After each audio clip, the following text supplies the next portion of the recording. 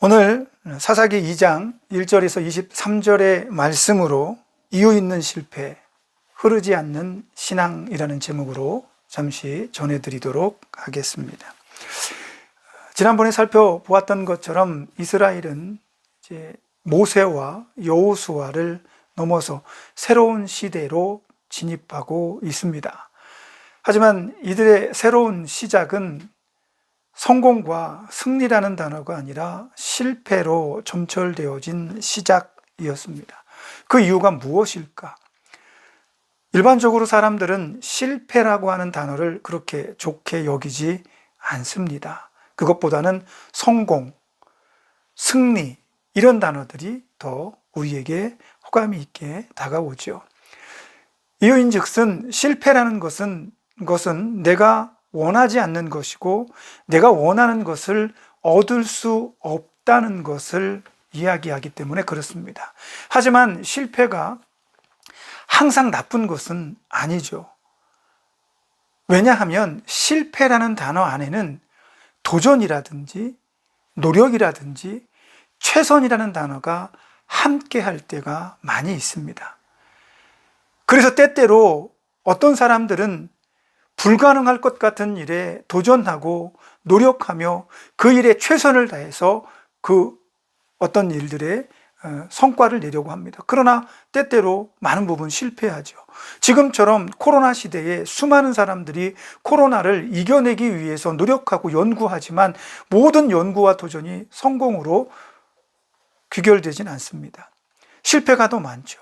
하지만 우리는 그런 노력과 최선, 도전이 들어가 있는 실패는 응원합니다. 그런 것들에는 손가락을 치켜 세우면서 괜찮아라고 말합니다. 그리고 또다시 기회를 제공하죠. 그래서 실패라는 것이 언제나 우리에게 나쁜 것만은 아닙니다. 다만 실패에 이유가 있을 때는 문제가 다릅니다. 노력하지 않거나 최선을 다하지 않거나 이길 수 있는데 성공할 수 있는데 어떠한 특별한 이유 때문에 실패할 수 있는 이유가 있는데 그것을 바로잡지 않았을 때에는 그 실패를 단죄하고 그것에 대한 대가를 지불하게 하기도 하죠. 근데 오늘 이스라엘 백성들의 이 실패에는 그런 이유가 있었습니다. 왜 이 사람들이 실패할 밖에 없었을까? 왜 이 사람들은 수많은 전쟁과 도전 이런 것들에서 과거에 보여주었던 승리라든지 성공의 개념과는 다른 도전하면서 계속해서 실패하는 그런 모습을 보일 수밖에 없었는가라는 겁니다. 그런데 오늘 성경에서는 이들의 이 실패에는 이유가 있다라고 이야기를 하고 있습니다. 오늘 본장 시작에서 이스라엘은 계속된 정복전쟁의 실패로 인해서 하나님과의 언약이 깨어지는 모습을 보여주고 있습니다. 하나님은 이스라엘 자손들에게 아직 여호수아 이후에 남겨졌던 정복전쟁의 그 부분들을 승리로 이끌며 그 땅을 완벽하게 하나님의 백성의 땅으로 정화하는 작업을 명받았습니다. 그러나 그들은 시작부터 삐걱대기 시작했고 잘못된 방향으로 나아가며 치르는 전쟁마다 결국은 실패라는 단어를 가져오게 되죠. 이유가 무엇일까 우리는 궁금하기도 하고 이미 짐작하고 예측하는 것과 일치할 것입니다. 하나님은 분명히 말씀하십니다. 2절에 너희는 이 땅의 주민과 언약을 맺지 말며 그들의 제단을 반드시 허물어뜨리고 그들이 그 땅에서 더 이상 살아가지 못하게 해라. 이게 하나님의 약속이었습니다. 전쟁을 치르기 전에 승리할 수 있는 가장 확실한 방법이었던 거죠. 그러나 이스라엘 백성들은 그렇게 하지 못했습니다.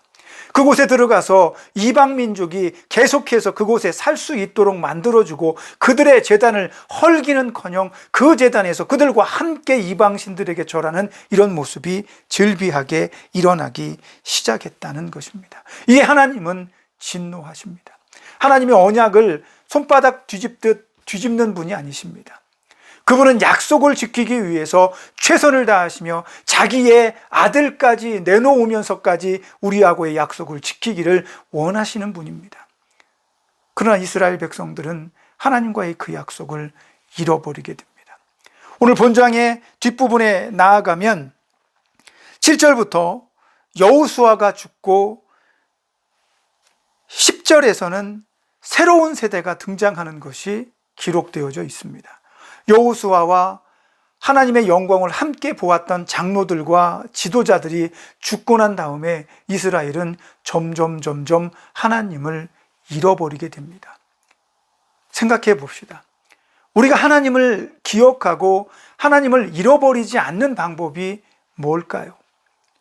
그런데 오늘 본문의 말씀을 가만히 보면 그 이유가 뭐냐면 하나님의 영광, 하나님의 능력, 하나님께서 애굽에서 이스라엘 백성들을 이끌어내시며 아브라함과 이삭과 야곱에게 약속했던 그 약속을 성취해 나가시는 그 기이한 역사를 보면서 바다가 갈라지고 불기둥과 구름기둥이 자기들을 보호하며 아무것도 없는 자신들이 그 강성한 대적들을 손쉽게 물리치는 이 모든 역사들을 함께 바라보았던 신앙의 선배들은 하나님을 결코 잊을 수가 없었습니다.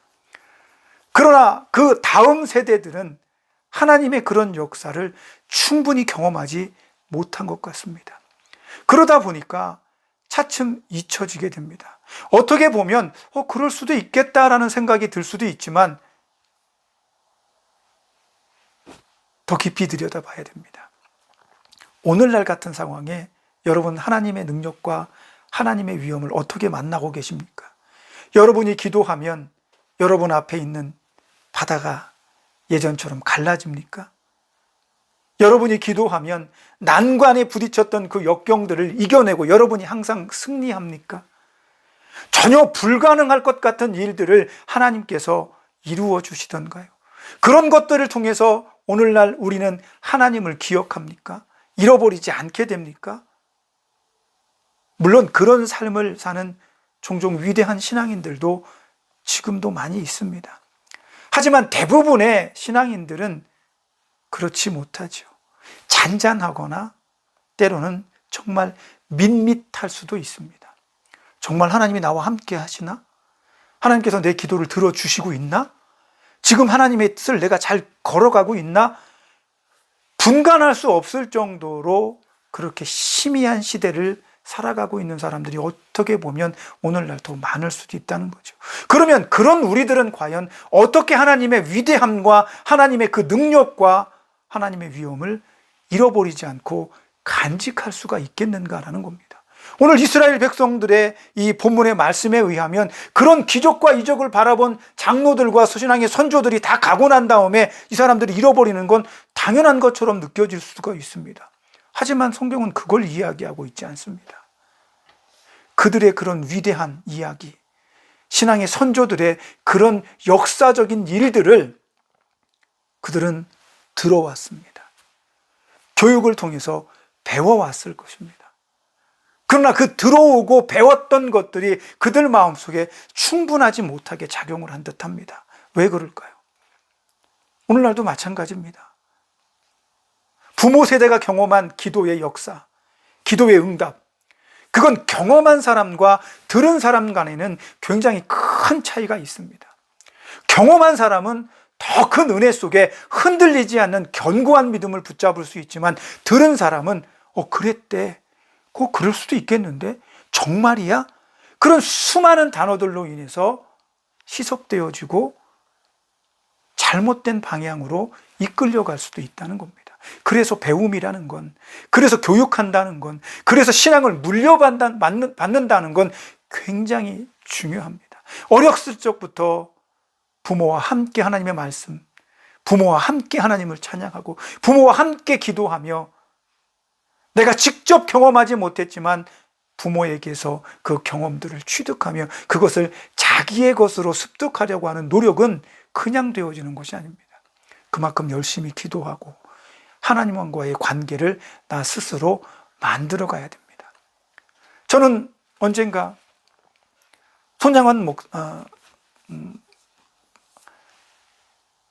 위대한 목사님들이 살았던 집을 방문해서 그 목사님이 아름답게 신앙생활을 하면서 하나님의 부름을 받고 그가 어렸을 적에 그곳에 앉아 그 집 그 뒷동산에 그 넓은 바위 위에 앉아서 기도했다는 그런 그 이야기들을 듣고 나도 거기에서 기도한 적이 있습니다. 하나님, 나도 이 사람처럼 써주십시오. 안 될까요? 제가 능력이 없어서, 제가 좀 부족해서 저는 좀 안 되겠습니까? 이렇게 매달린 적이 있습니다. 저는 지금도 그분보다 훌륭하지 않습니다. 하지만 소망합니다. 적어도 내가 내 신앙을 가지고 더 아름답게 이 믿음의 여정을 계속 걸어가길 소망합니다. 그래서 끊임없이 누군가처럼 하나님 나도 사랑해 주십시오. 부족하지만 나도 사용해 주십시오. 라고 하는 그런 믿음의 기도들을 멈추지 않을 생각입니다. 어쩌면 그런 기도들과 열망들이 나로 하여금 부족하지만 오늘 내 신앙의 삶의 길을 뚜벅뚜벅 걸어가게 하는 것은 아닐까 싶습니다. 마찬가지입니다. 이스라엘 백성들이 이 시대에 살아갈 때 다음 세대라고 말하는 새로운 자녀들의 세대는 부모들의 세대와 문화적인 격차가 있을 것입니다. 삶의 어떤 경제적인 것의 부분에서도 굉장히 차이가 있을 것입니다. 군사학적으로도 그렇습니다. 불안했던 상황들이 아니라 이 다음 세대 아이들은 부모들의 열정적인 그런 삶의 토대 위에 조금 더 평안하고 안전한 생활을 누릴 수가 있었겠죠. 이 자녀들에게는 자기들이 그토록 열망하며 기도해야 될 이유가 어쩌면 조금 작아졌을지도 모릅니다. 그런 작아짐 때문에 이들은 그들의 삶 속에서 서서히 하나님을 잃어가기 시작하는 것입니다. 그건 엄마 세대잖아요. 그건 아빠 세대잖아요. 그건 목사님 세대잖아요. 그건 어른들 세대잖아요. 우리는 지금 다른 시대에 살고 있어요. 서로 존중해야 되고요. 우리 기독교가 옳다고 말할 수 없는 시대에 살고 있어요. 우리 달라져야죠. 변화돼야죠. 라고 말하면서 다양성을 인정해야죠. 상대방을 존중해야죠. 라고 말하는 그 말들 속에서 우리의 신앙은 점차 희색되어지고 연약해지고 있는 것은 아닐까 고민해야 된다는 겁니다. 오늘 이스라엘 백성들이 그렇습니다. 이 다음 세대들은 하나님을 기억하는 사람들이 줄어들자 점점 하나님을 잃어버리게 됩니다. 그런데 오늘 본문 말씀에는 중요한 몇 가지 사실들이 언급이 됩니다. 제일 마지막 절 23절에 보면 하나님께서 이런 계획을 가지고 계십니다. 20절부터 23절에 보면 여호수아와 백성들의 장로들, 지도자들, 하나님과 함께 출애굽의 역사를 만들었던 사람들이 다 하나님의 부름을 받아 조상 곁으로 가고 나니까 이제 그 다음 세대들은 이런 경험이 없잖아요. 이런 경험이 없으니까 하나님에 대해서 점점 잃어버리게 됩니다. 그래서 하나님께서는 아마도 이런 계획을 가지고 계셨던 것 같습니다. 여호수아가 죽을 때쯤 여호수아는 완벽하게 정복전쟁을 수행하지 못했습니다. 그가 능력이 부족했을 수도 있고 하나님께서 계획하셨을 수도 있습니다. 그런데 오늘 20절부터 23절의 말씀을 가만히 보면 하나님께서 이렇게 말씀하십니다. 내가 여호수아가 죽고 난 다음에 남겨둔 적들에 대해서 이야기를 합니다. 다시 말하면 하나님께서 어쩌면 의도적으로 여호수아에게 완벽하게 끝내는 것이 아니라 남겨진 적들을 그냥 두고 그 모든 세대가 하나님 앞에 돌아가고 난 다음에 그것을 경험하지 못한 세대들에게 그들 조상들이 경험했던 것과 똑같은 경험을 위해서 준비되어진 적들일 수도 있다는 겁니다. 그래서 하나님께서 말씀하십니다. 이제 너희 차례야. 너희 부모가 그랬던 것처럼, 너희 전 세대가 그랬던 것처럼, 너희의 위대한 신앙의 지도자 모세와 여호수아가 했던 것처럼, 너희는 그들이 했던 것처럼 담대하게 하나님의 말씀을 붙들고 올라가 적군과 싸워라. 그러면 너희도 경험하게 될 것이다. 너희 조상이 그랬던 것처럼 너희도 보잘것없는 손으로 적들을 대파할 것이며 그 땅의 모든 강성한 적들을 완벽하게 제압해낼 것이다. 그리고 뒤를 돌아보면 거기에 여호와 하나님 내가 있을 것이다. 나는 너희에게 그걸 보여주고 싶다. 쉽게 말하면 너희가 그 완벽한 정복전쟁을 나와 함께 끝내고 난 다음에 너희 후손들이 대대로 너희의 신앙을 물려받아 그 땅에서 하나님의 백성의 민족으로 살기를 원한다라는 것이 하나님의 계획이 아니었나 싶습니다.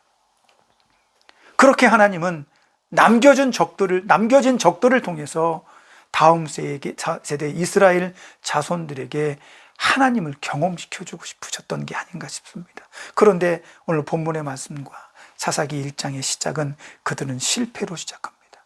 우리는 연약하니까, 우리는 힘이 없으니까, 그들은 철병거를 가졌으니까, 우리가 찾을 수 없는 곳곳에 숨어 있으니까, 이런저런 이유들로 다음 세대들은 하나님을 100% 신뢰하지 못하였던 것입니다. 결국 그들은 하나님을 경험하지 못했습니다. 이에 하나님은 분노하시죠. 속상했습니다. 내 계획도 모르고 내가 이런 생각으로 너희들을 이끌 것인데 너희는 지금 무엇하고 있느냐. 너희 옆에 놓아둔 그 가시는 계속해서 너희를 찌를 것이다. 내가 그것을 절대로 없애지 않을 것이다. 근데 여기에는 사실 또 다른 의미가 숨어 있습니다. 하나님께서 정말 이스라엘 백성들 가운데 가시를 계속 찌르는 가시를 놓아두고 싶으셨을까요? 그건 아닐 것입니다. 그들이 깨닫고 돌아와서 하나님을 붙잡고 오직 여호와만 섬기면 언제든지 하나님은 그들과 함께 그 가시들을 제거하셨을 것입니다. 그러나 그들은 그런 일들에 미온적으로 대처했습니다. 하나님을 붙잡지 않았습니다. 하나님께 더 나아가지 않았습니다. 오히려 오늘 본문의 말씀들을 쭉 읽어 살펴보면 백성들이 하나님께서 원하시지 않는 이방신들, 바알과 아스타롯을 섬기며 살아갑니다. 하나님 얼마나 속상하셨을까요? 난 너희들에게 제대로 된 신앙의 경험을 주고 싶었는데 너희는 왜 기도하지 않지? 너희는 왜 나와 함께 걷는 걸 원하지 않지? 너희는 왜 나를 직접 경험할 수 있는 기회들을 이렇게 멀리 하는 거지? 스스로 하나님을 경험해 봐야 할 것 아닙니까? 여러분도 마찬가지입니다. 나 스스로 내가 만난 하나님을 경험해야 되지 않겠습니까? 작은 것이라도, 정말 보잘것없는 것이라도 내가 기도했을 때 그 기도에 응답하시는 하나님을 내가 만나고, 하나님이 내 기도를 들으시는구나. 하나님이 나와 함께 하시는구나. 내가 연약할 때, 내가 위급할 때, 내가 어떤 어려운 결정을 해낼 때 신앙으로 결정을 내릴 수 있도록 하나님이 나와 함께 하실 거야. 그런 마음의 신앙의 위로감이 있으면 우리가 언제든지 하나님을 찾고 그 앞에 무릎을 꿇을 수 있는 자가 되지 않겠습니까? 그러나 이스라엘은 그렇지 않았습니다. 그들은 괴로워하고 속상해하고 눈물을 흘렸죠. 그러나 하나님은 하나님의 백성과의 약속을 절대 저버리지 않습니다. 오늘 본문의 말씀 16절 이후부터 나오는 사사들에 대한 이야기가 나옵니다.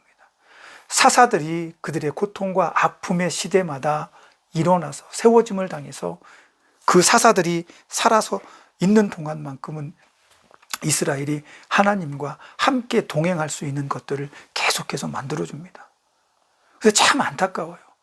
한 사사가 세워져서 그 사사를 통해서 이스라엘이 믿음의 회복을 완벽하게 이루어냈더라면 그 다음 사사가 바로 또 일어나지 않더라도 그들이 믿음으로 살아갈 수 있었을 텐데, 그들이 사사가 죽고 난 다음에 또 어느 정도의 시간이 흐르면 주변의 가시들로 인해서 찔림을 당하는 일이 없었을 텐데, 몇 번의 위대한 사사들이 일어났을 때 연합하여 단합하여 예전에 이루지 못했던 완벽한 정복전쟁을 수행해냈더라면 이 사람들에게 더 이상 가시는 없었을 텐데, 이 사람들은 계속해서 다음 세대, 그 다음 세대에 바른 신앙을 물려주지 못합니다. 아버지 어머니의 신앙을 물려받지 못한, 하나님을 알지 못하는 또 다른 세대들은 또다시 이방신들에게 가서 절을 합니다. 가시로 찌르다 속상하고 괴로우니까 하나님이 또 사사를 세워서 그들을 보호하시고 이끌어 주실 때는, 야, 봤지? 너희가 신뢰하고 따라야 할 것은 바로 이런 모습이야. 지금 돌아오지 않으련, 지금이라도 한번 우리 같이 해보지 않으련. 그러나 이스라엘 후손들은 그렇게 하지 못했습니다. 사사들이 살아있을 동안만 하나님과 동행하는 척하고 그 뒤에는 또다시 믿음을 물려주지 못해서 하나님을 모르는 세대가 나타나게 만드는 거죠. 오늘 이스라엘의 실패는 바로 여기에 있습니다. 우리는 보잘것 없습니다. 어떤 위대한 일들을 하라고 하나님께서 우리를 부르시지 않았을 수도 있습니다. 물론 그 중에 어떤 사람은 그런 임무도 받았겠죠, 사명도. 그러나 대다수의 사람들은 그런 인물보다는 그냥 잔잔하게 흘러갑니다. 하지만 그런 잔잔한 흐름 속에 믿음이 대를 이어서 자손들에게 흐르고 흐를 때 그 잔잔한 선조들의 삶 미래에 아름다운 믿음의 후손이 드러나고 하나님의 역사를 감당하는 자가 그 가문에서 일어날 수 있다는 겁니다. 그런 위대한 신앙의 가문이 일어나기 위해서 그 가문에는 신앙의 대를 이어서 흘러가야 되는데 오늘 이스라엘 백성들은 그 위대한 신앙을 그 다음 세대로 흘러가지 못하게 만듭니다. 이것이 바로 이스라엘의 실패의 가장 큰 원인이며 하나님은 이 실패를 바로잡기 위해서 수많은 가시들을 통해 사사들을 보내보십니다. 어떻게 될까요? 사실 이스라엘 사사기의 역사는 정말 암울합니다. 정말 암울합니다. 때때로 일어난 사사들이 위대한 하나님의 영광을 보여줌에도 불구하고 이스라엘은 그 영광을 따라가지 못합니다. 기적과 이적을 통해서 하나님을 기억하는 것 좋은 방편일 수도 있겠지만 그것보다 더 중요한 건 부모가 자녀에게 또 자녀가 그 자녀에게 대를 위해서 바른 신앙의 규범과 그리스도의 가르침을 흘려보내고 함께 노력하고 훈련하는 것이 바로 신앙의 대를 잇는 것이라는 것을 우리는 기억해야 합니다. 여러분 스스로 어떤 믿음을 여러분 후손에게 물려줄 수 있을 것인지 고민해야 합니다. 그래서 믿음의 길을 달려가는데 실패할 수밖에 없는 이유를 가지고 달려가면 안 되잖아요. 적어도 내 삶은 더 훌륭하고 더 가치 있고 더 능력 있는 어떤 위대한 역사의 한 자리를 차지하는 사람이 아닐지라도 나는 이 땅에서 하나님을 섬긴 예수 그리스도의 뜻을 따르던 바른 사람으로 내 후손에게 바른 신앙을 물려준 바로 그런 신앙의 조상이라는 것을 이 땅에 우리가 남겨야 되지 않겠는가. 오늘 사사기를 통해서 우리는 흐르지 않는 신앙, 대를 잇지 못하는 믿음의 안타까움들을 통해서 우리 삶에 어떻게 하나님의 신앙, 하나님을 믿는 그 믿음, 복음을 우리 후손에게 흘려보내야 될 것인지 심각하고 깊이 있게 고민해 보아야 할 것입니다. 이런 고민들을 통해 사랑하는 여러분의 가문이 믿음의 역사가 복음이 아름답게 흘러가지는 역사가 나타나기를 주님의 이름으로 축복합니다. 기도하겠습니다.